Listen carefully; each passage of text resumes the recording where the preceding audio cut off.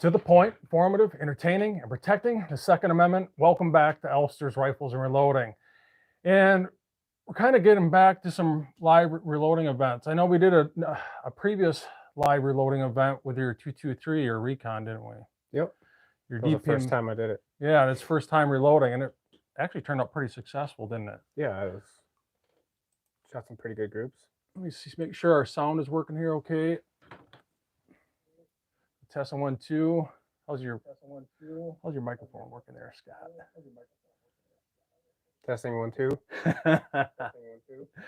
So I think we are good to go. So microphone's working, and we figured we'd do this live.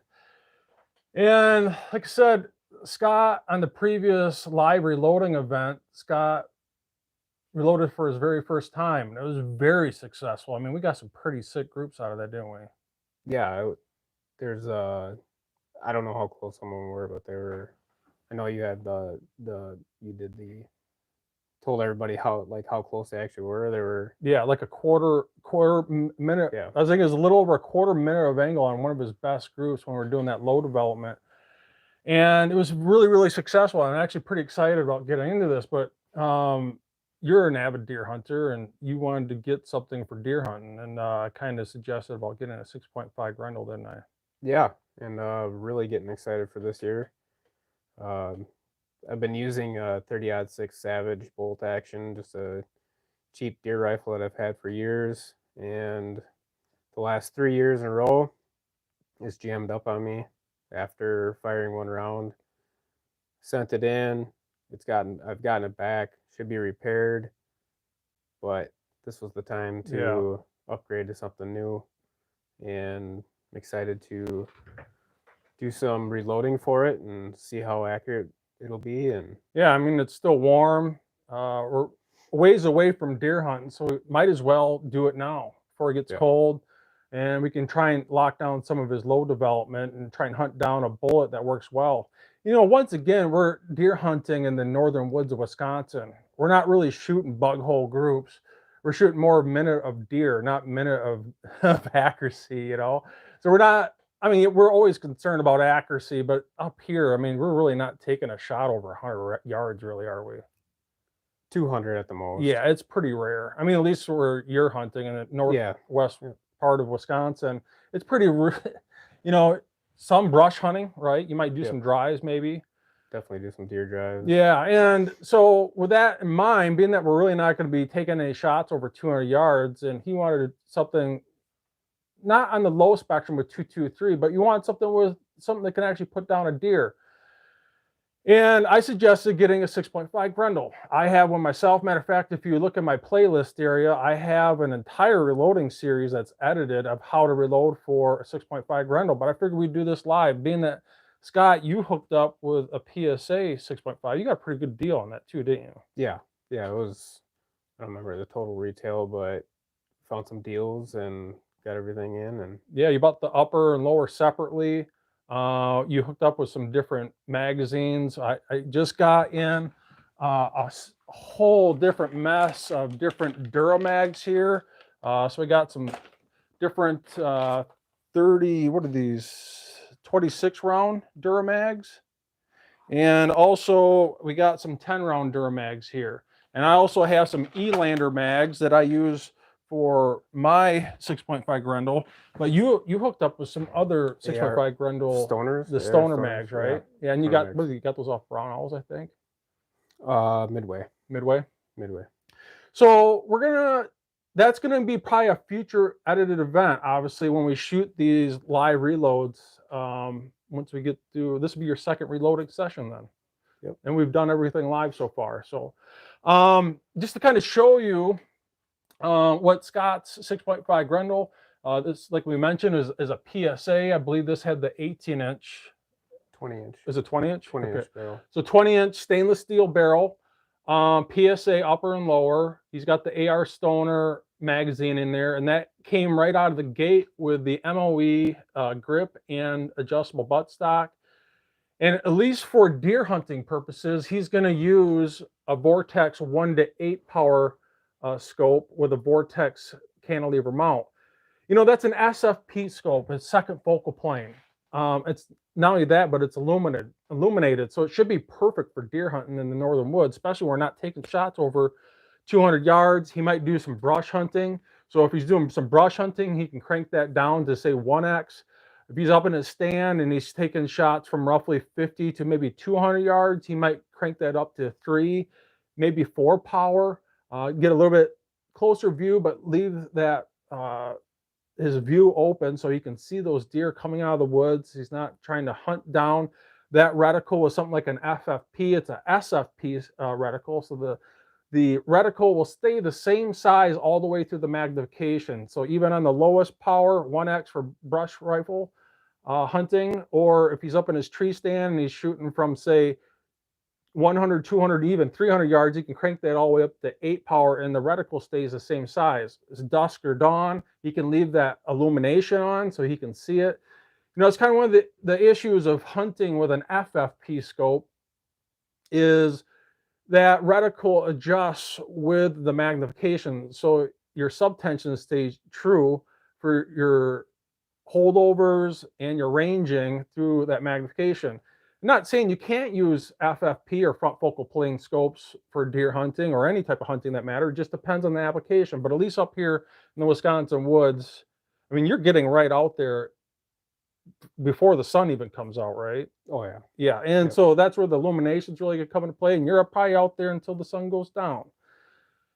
And I think that's where this scope's really, really gonna shine. And we might even upgrade his trigger on it too. It's, you know, just a basic enhanced pulse trigger from PSA. So I think I got a couple aftermarket triggers we might be able to throw in there. And let me get you a little bit close and personal here. But what we're doing here is we are reloading for this, obviously, and we got a couple different bullet flavors here, and what we plan on using for deer hunting are these SSTs. And this should be phenomenal for deer hunting with a 6.5 Grendel. And this is the 123 grain Hornady SSTs. It's got a ballistic tip on it. We're also going to load up some 123 grain ELD matches. Matter of fact, I was lucky enough to hook up with 1,000 of them. I got 1,000 over here off Brownells. And make sure you're paying attention to my Facebook page because I'm running codes on this stuff when that stuff comes in stock all the time. But that's what we plan on loading up. And we're also going to use some Starline Brass. And this stuff is like gold. It's almost impossible to get. And I was able to get this, I believe it was what, $57 shipped from Brownells for 100 pieces.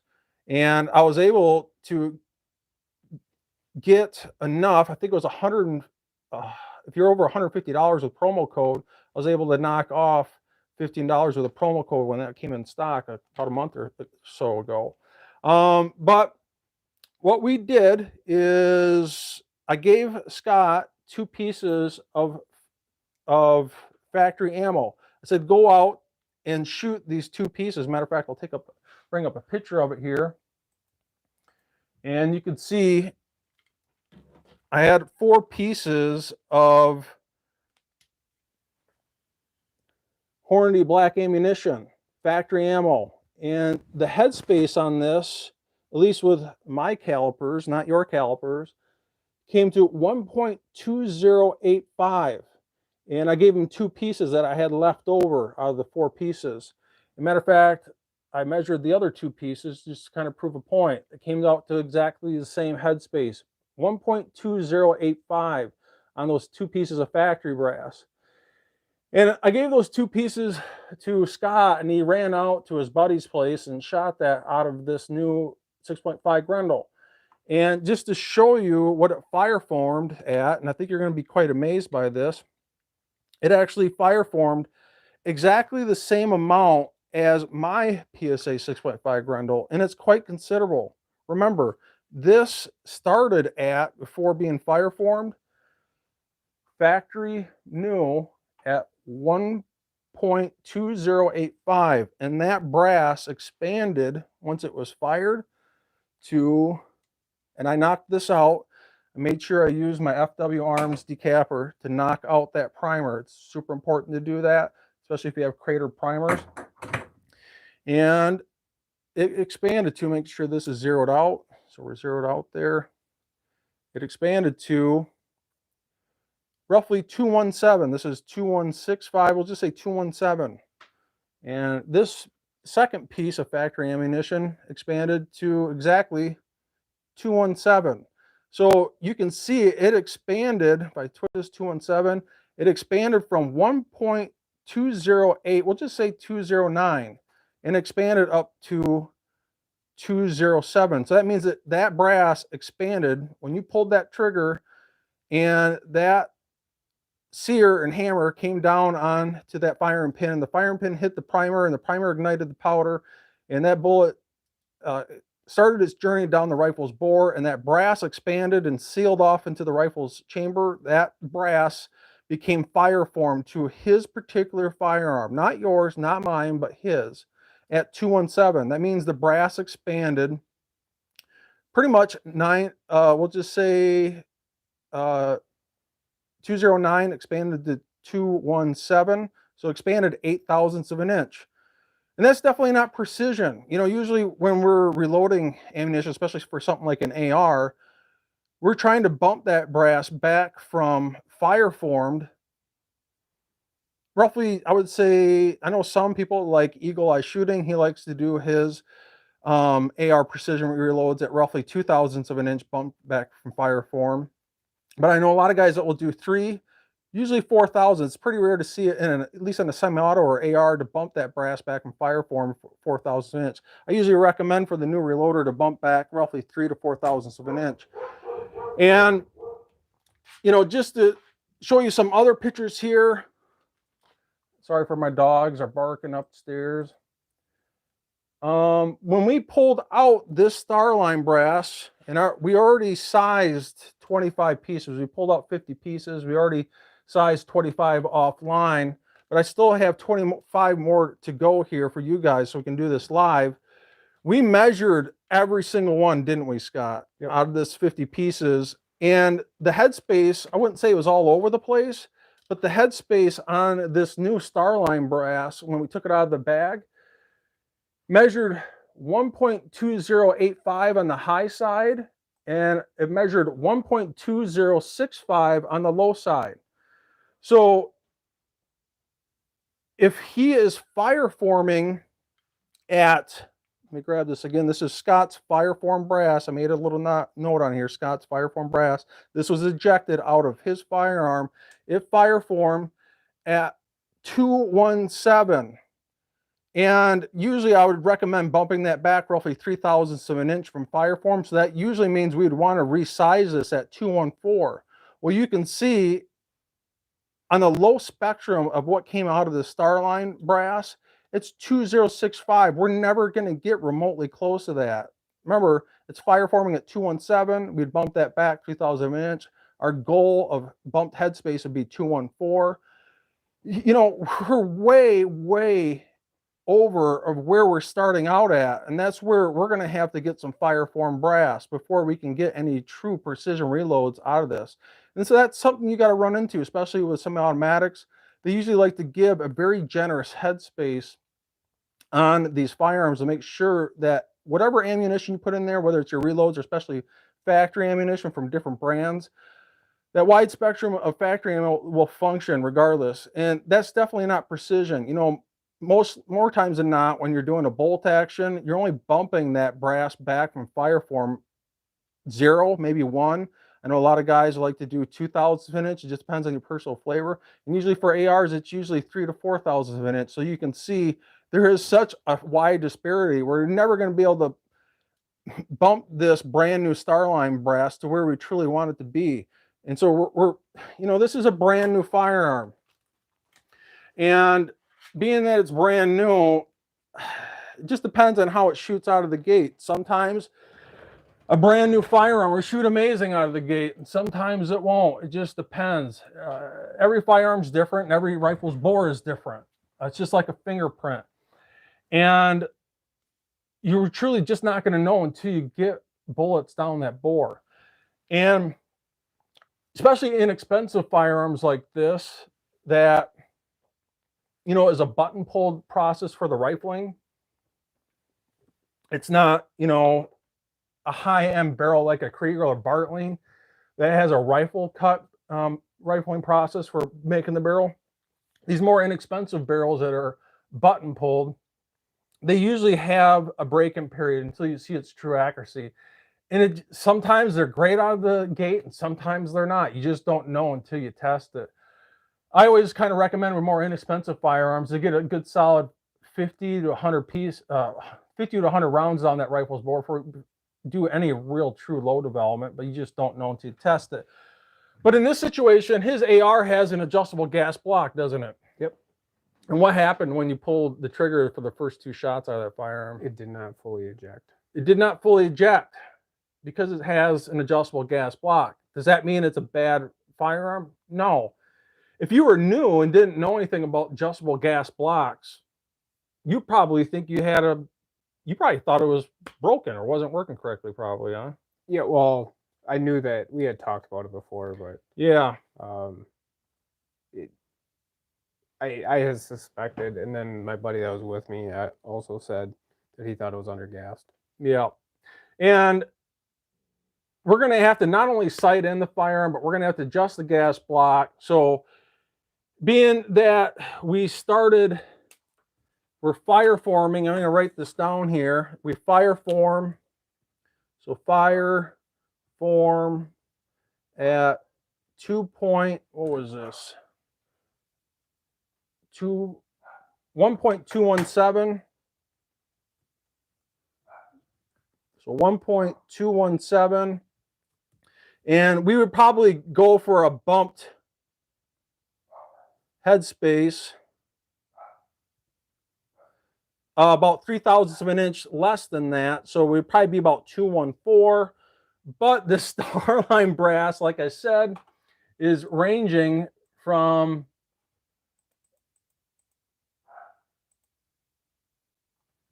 it ranges from 1.2065 to 1.2085. So for those that are absolutely new, you can kind of see what we're working against here. So the factory ammo, let me just double check that. The factory was 1.2085. So those 2 pieces of factory ammo, the first 2 shots out of there, the headspace was 1.2085. When he fired it, that brass headspace, when I say headspace, for those that are absolutely new, that is the distance from the base of the brass to the datum line. The datum line is the distance on the middle of the shoulders. If you could draw a line here on the middle of the neck or the shoulder, that distance from here to here is called your headspace. It started out at factory at 1.2085. He fire formed it clear up to 217. So we'll say 209 to 217. It grew 0.08 of an inch, and we would like to bump that back 0.03 of an inch down to 214. So we're getting some precise reloads here. So when he refires that brass, it only has to grow 0.03 of an inch to seal off in the chamber. Well, you can see down here with this new Starline Brass, it's going clear down to 2065, 2085 spectrum.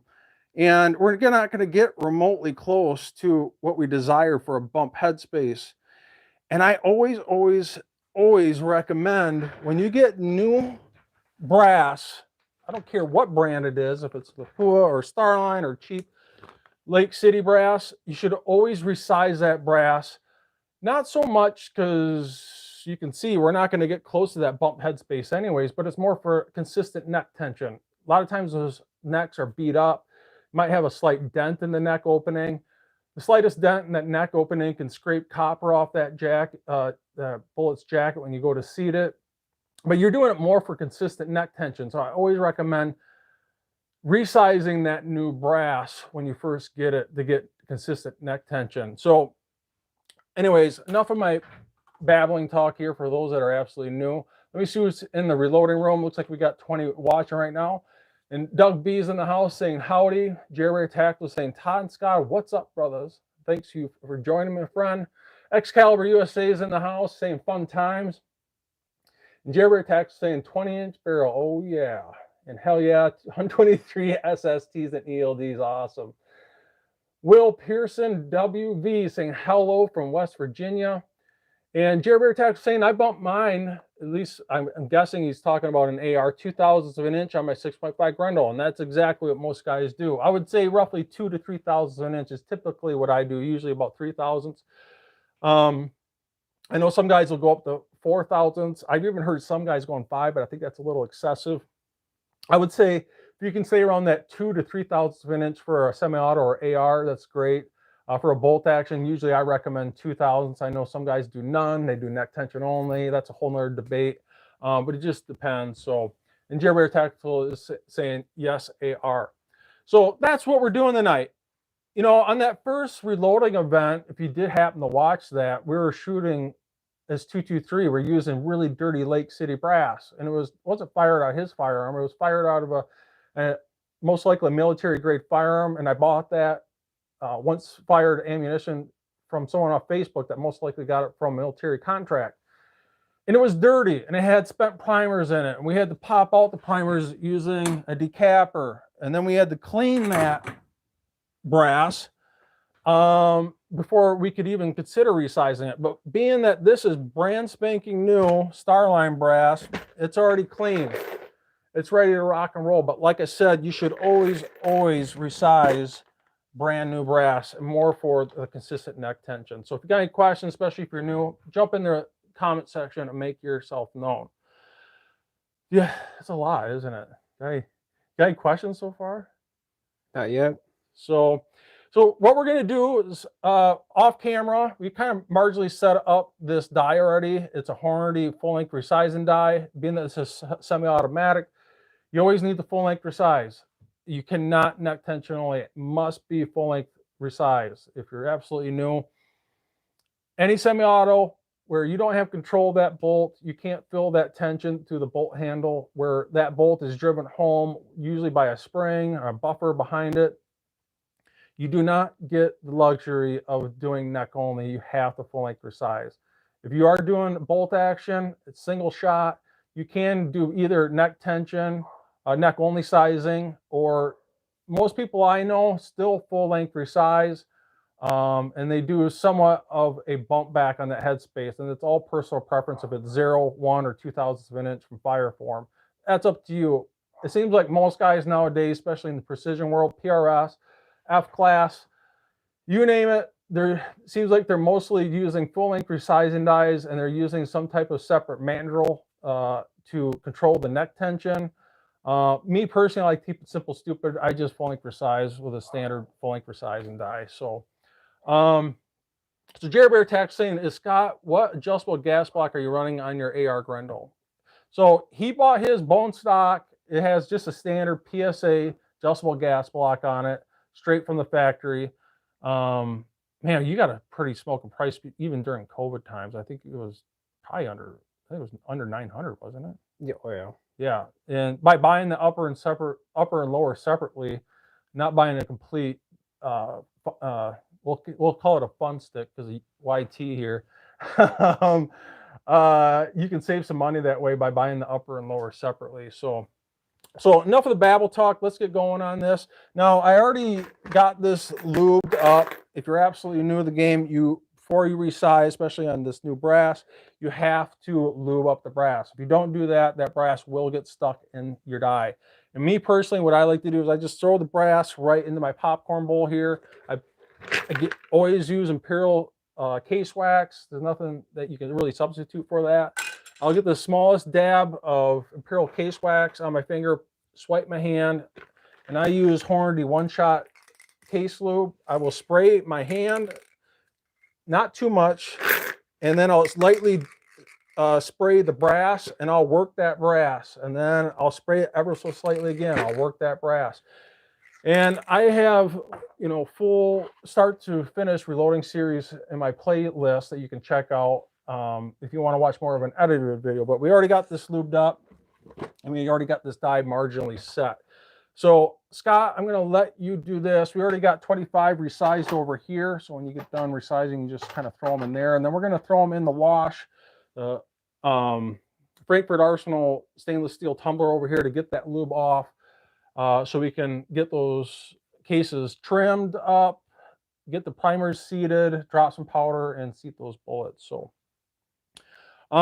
yeah, that's our method to our madness, at least with the start of this series. So if you want, Scott, I'm gonna kind of measure these as we go. I'm just to show the viewers. Let me reposition this camera here. You measure each one. Yeah, I'm gonna just measure each one just to kind of prove a point. Now, if you remember correctly, I'm gonna hand me that slip there. So just quick recap, the new factory ammo started at 1.2085. It fireformed at 1.217. We're going to try and go for a desired headspace bump of roughly 3/1000 an inch back from that at 214. But like I said, this new Starline Brass headspace right out of the bag is 2065 to 2085. It actually does have a little bit of a range there of 0.002 of an inch, and I'm going to show that to you here in a little bit. So let me grab this, set that fireform piece back over there. So just to show you that this is zeroed out.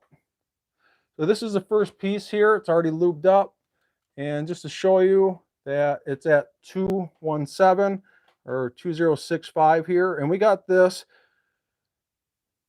to bump back everything to the low spectrum of this at 2065. So just run it through there, Scott. And he's going to control, nice control. And then when it stops the bomb, he's not going to put any pressure on it. Just make sure that it stops on the arms here. So this shouldn't have changed. This should still be 2065 because we got this die to set everything up to bump at least the headspace back all consistently across the spectrum. Remember, you're absolutely new. The headspace coming out of this bag ranged from 2065 to 2085. You're about to see that here in a little bit. So it didn't bump back the headspace on this, but what's more important is it got that neck tension back into spec. Even though it's most likely in spec right out of the bag, we want to ensure that it has consistent neck tension. So I'm going to set this off to the side here. So here's the next one. So this one's on the high side, 2085.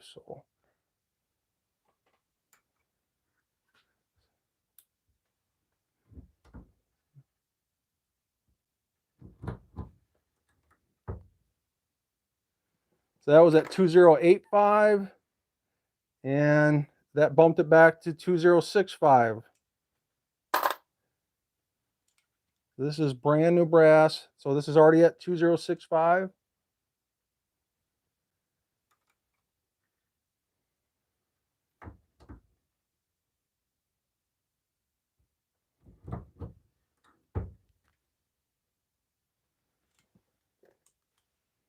So it didn't bump the headspace.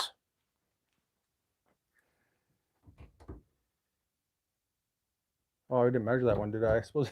Oh well. Yeah. So we'll measure this next one. So 2065.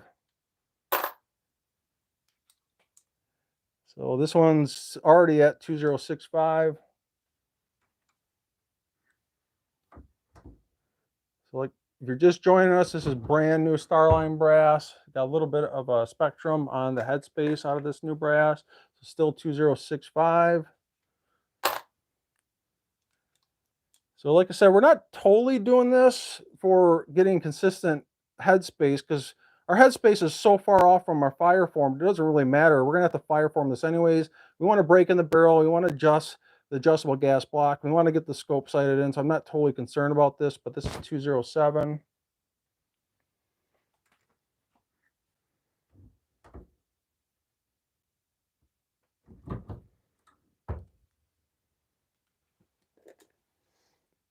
Well, 2065. So you can see this new Starline Brass has a spectrum of 2065 to 2085. This one's 207. And Kelly Flynn saying, you have very nice man hands. Are you talking about me or Scott? Scott, you have really nice Man hands, you ever thought about being 2065 a hand model? I am right now. For Starline Brass. For Starline Brass. So this one's 208. Oh, no. Oh, so you're talking about my luscious hands, huh? So you can notice Scott as he's resizing this, he's not putting any pressure on the low end. So 2065, so you can see every single one has been 2065 right on the nuts. That's where it's running. This is 2065 already. So once again, we're doing this for consistent neck tension. And more doing this to prove a point for those that are absolutely new.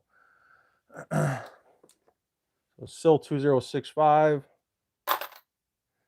And this will give us a very consistent starting point. Now this one's big, 209, 2085. As I spin this, you can see it kind of fluctuates back and forth. It's almost 209. And this will give us a consistent starting point.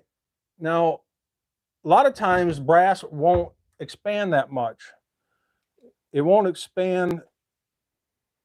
So this one's 207. 207 as I spin this. So that's definitely within 0.2065, so I'm fine with that.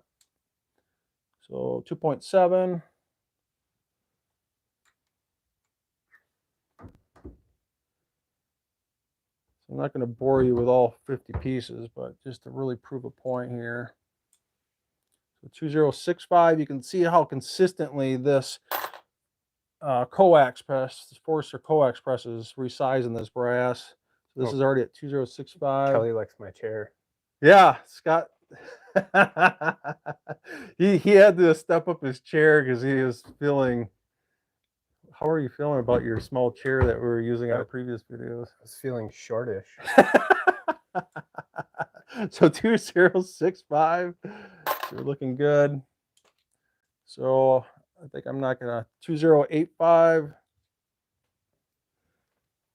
So I think I pretty much proved my point here. I think I'm gonna just let Scott finish up the rest of these about getting a consistent headspace bump.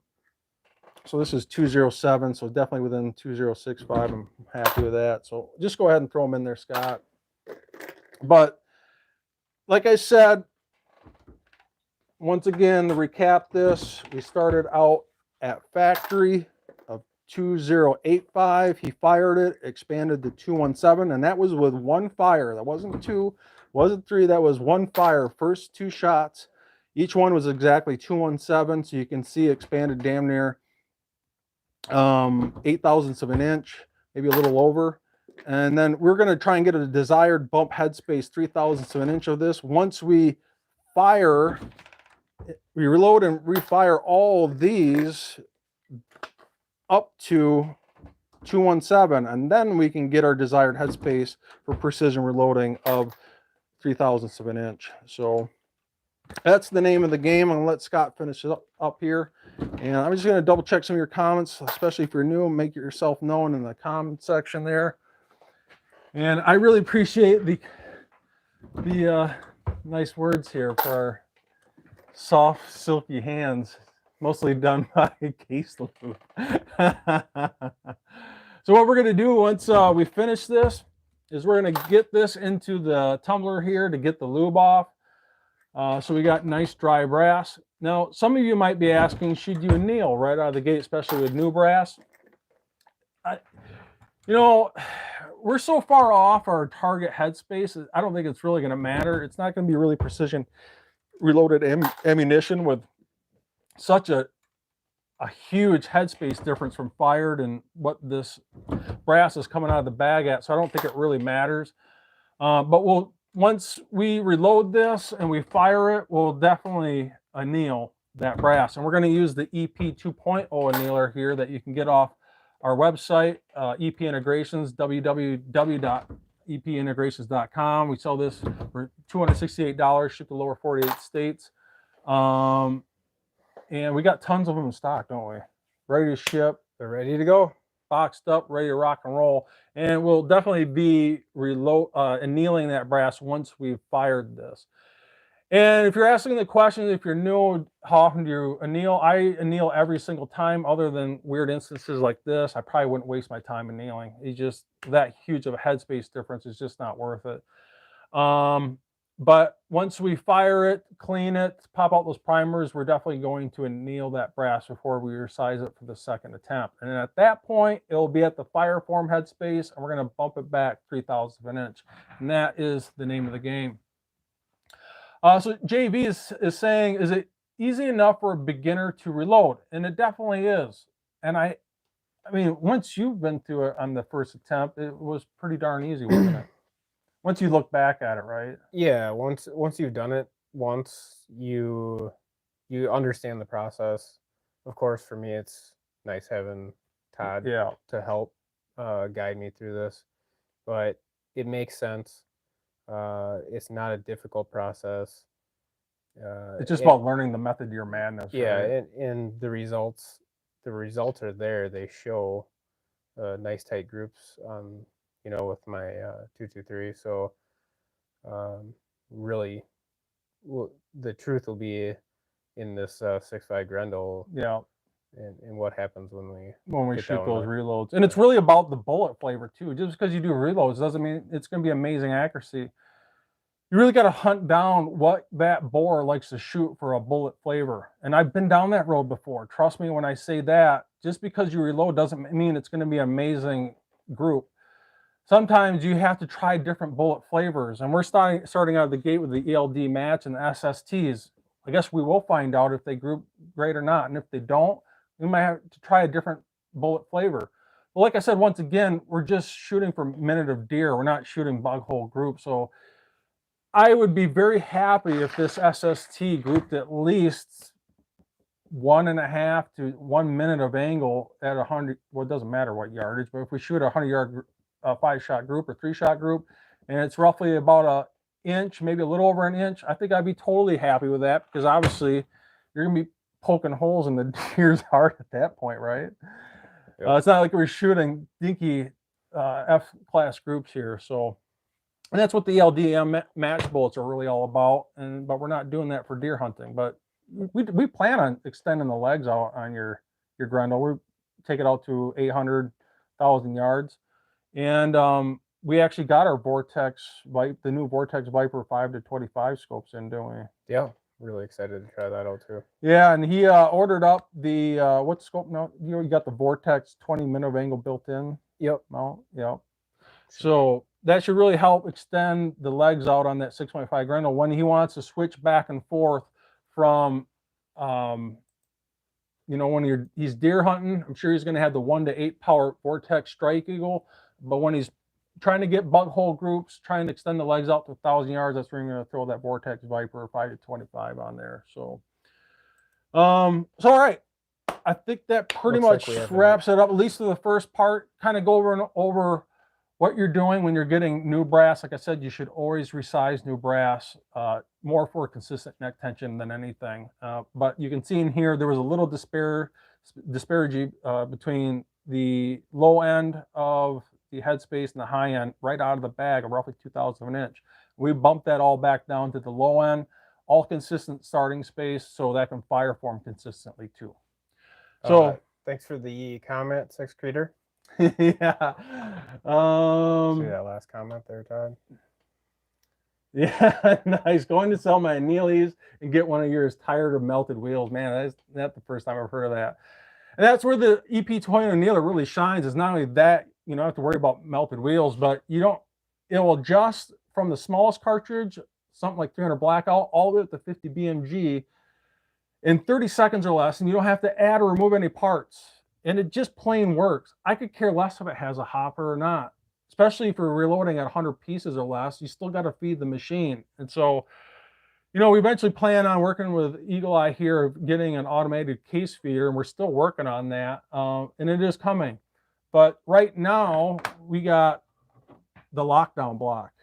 And it's the EP lockdown reloading block. Yep. And this is coming out soon. You want to say the price right now? Sure. All right. So this is debut. What the price is going to be. This doesn't have the updated knurled knobs. This will have the updated, the new ones, which are in production right now, right? They are in production. We should have They're them going to have soon. the updated stainless steel knurled knobs on here. And this will also adjust from the smallest casing to the largest Chi-Tac casing in 1 second. And I got a video on that. And we are going to sell these shipped to the lower 48 states for $124. I know some people might think that's a little steep, but it is a very premium product. It's 3 different milled plates. What type of aluminum is it again? 6061. Yeah, 6061 aluminum. It's got nice chamfered edges on the squared off holes here and on around the edges. 3 different milled plates. It's a lot of machining, isn't it? So it's a lot of precise machining. Yeah, and we're going to include 4 rubber feet separately. You can put them on if you want, or if you don't, that's up to you. And eventually we might even, maybe out of the gate, maybe eventually, we're not totally sure, but we might do a special combo sale once in a while. But right now we're going to sell them individually for $124, shipped to lower 48 states. And you can definitely email us if you want them shipped overseas or in Canada or Hawaii, Alaska, you name it. But it's a phenomenal product that you don't need multiple reloading blocks for. You just need one. And it adjusts in seconds from 300 blackout to the 375 Chi-Tac in seconds. And I have a video on my channel on that, so make sure you're checking that out. So let me read some of your other comments here before we throw this brass in the wash. So JV, definitely check out my playlist area. I have tons of start to finish reloading series in there for the new reloader. If you really want to learn and you watch those start to finish reloading series, especially like the ultimate playlist for reloading, you watch that and you don't know how to reload after that, you simply don't want to learn. So Chris Martin saying, some say it takes 3 to 4 firings to fire form to your chamber. What say you, Todd? And that is exactly correct. If you want to get the true absolute fire form headspace, you really do need to fire it with very minimal, if not no, with no headspace bump on that fire form headspace multiple times to get the true headspace measurement.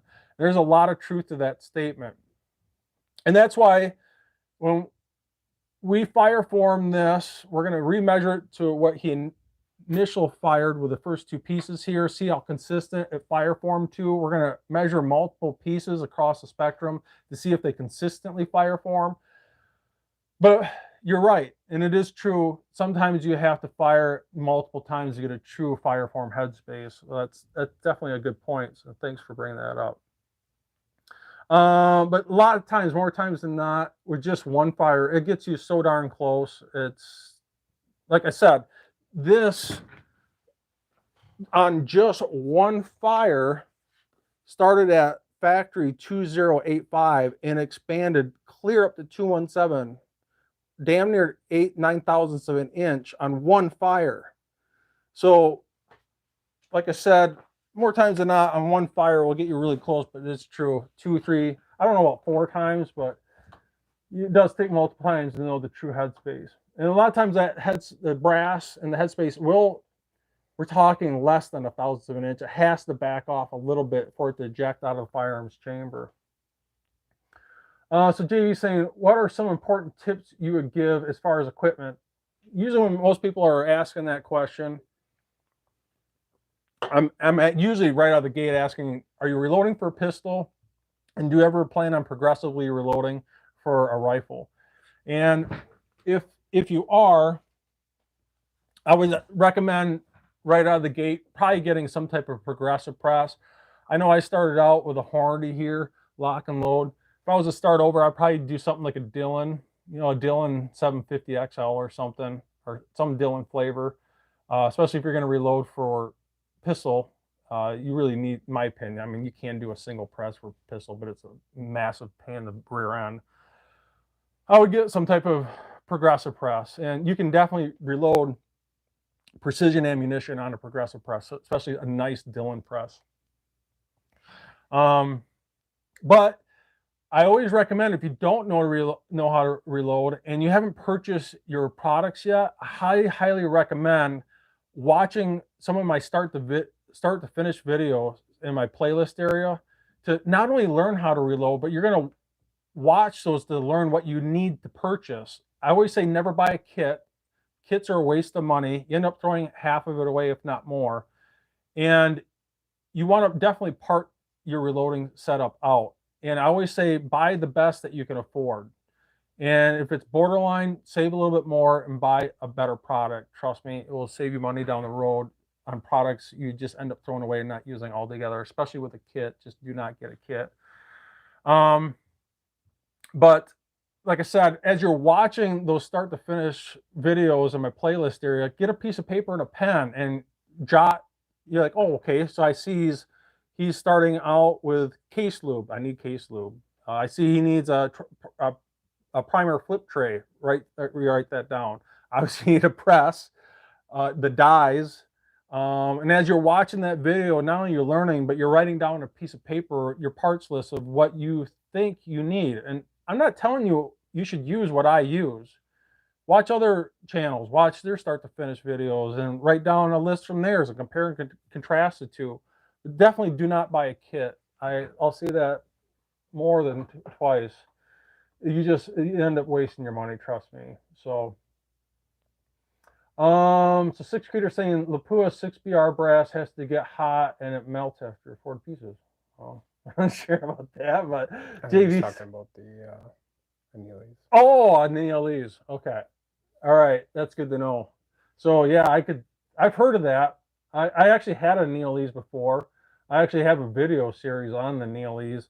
I guess I personally never had a huge issue with the annealers and the wheels melting. It's super crucial on the annealers to make sure that the flame is angled away from the wheels, or you will get melted wheels.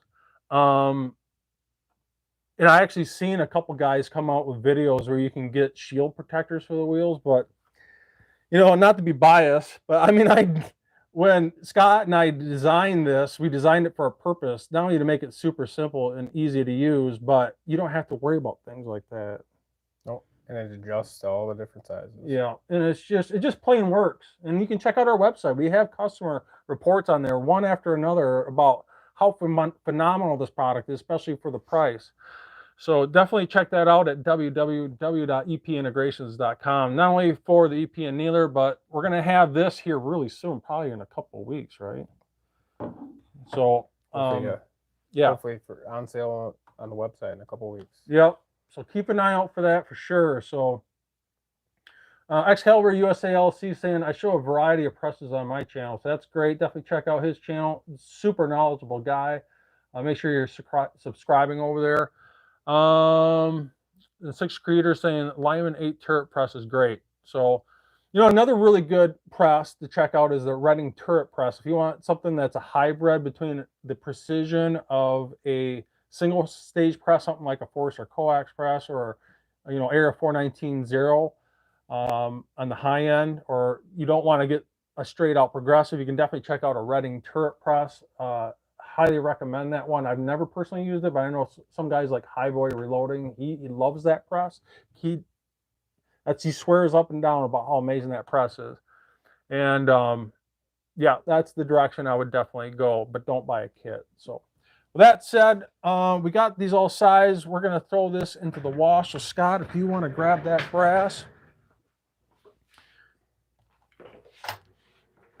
So there's numerous ways to clean brass. Get some stuff out of the way here.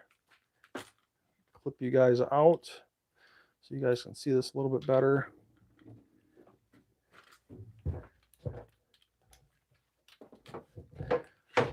So I use a Frankfurt Arsenal tumbler. For those that are absolutely new, highly recommend this product. It just simply works, and has a tumbler here that I have filled up with Southern Shine stainless steel media, and all it is shaved stainless steel pellets. And I got a little over a pound in there, so we're going to get the hottest water we can possibly get out of the tap here. Especially if your brass is dirty, you probably wouldn't have to do it so much with this because it's brand new Starline Brass, but it probably still wouldn't hurt to get the hottest water out of here. I always recommend cleaning your brass with hot water and rinsing with cold. If you rinse with cold, it won't tarnish as much. So we're going to fill this up a little bit. So that'd be good right there. And then we're going to grab this funnel over here. Red funnel. Just helps pour the brass in a little bit easier. And I got a video showing you how to make this funnel.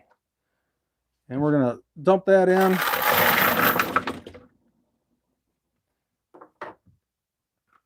And we're going to put a nice squirt of Dawn in there. A little bit more, yeah. Keep on going. That's good. Now, if it was really dirty brass, I'd probably put some lemon shine in there or some type of citric acid. But being that this is brand new brass, it's already shiny, we just got to get the lube off. I think using just Dawn only is going to be more than sufficient. Just make sure that those are on nice and tight. So before we start this up, I'm just going to double check these comments, make sure no one else has any other questions. Otherwise, we're going to wrap this up. If you got any questions, make yourself known. Otherwise, we're going to wrap this up here right now. Like I said, check out the website, www.epintegrations.com, for the EP lockdown reloading block that adjusts from the smallest casing to the largest casing. Just a quick show you here on the 6.5 Grendel pieces. You can see with it completely open, it kind of wobbles around. You know, I can actually tip these on the side. And I can lock this down in 2 seconds flat, just like that. If you want it completely locked down onto the brass, you can. Or if you want to back it off and feather a little bit so it's easier to get in and out, you can. And this will adjust from the smallest casings all the way up to something like 375 shy tack. Like I said, you can feather this off if you want. It's going to come with these updated knurled knobs here on the ends. And you can feather this off ever so slightly if you want. And lock this back down. It's just super easy to take in and out of this block.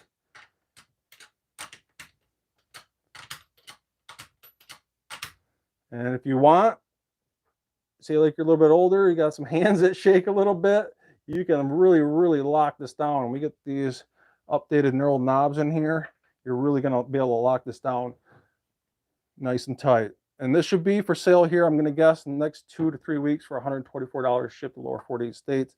Like I said, this EP 2.0 annealer is already up on the website, boxed up and ready to go.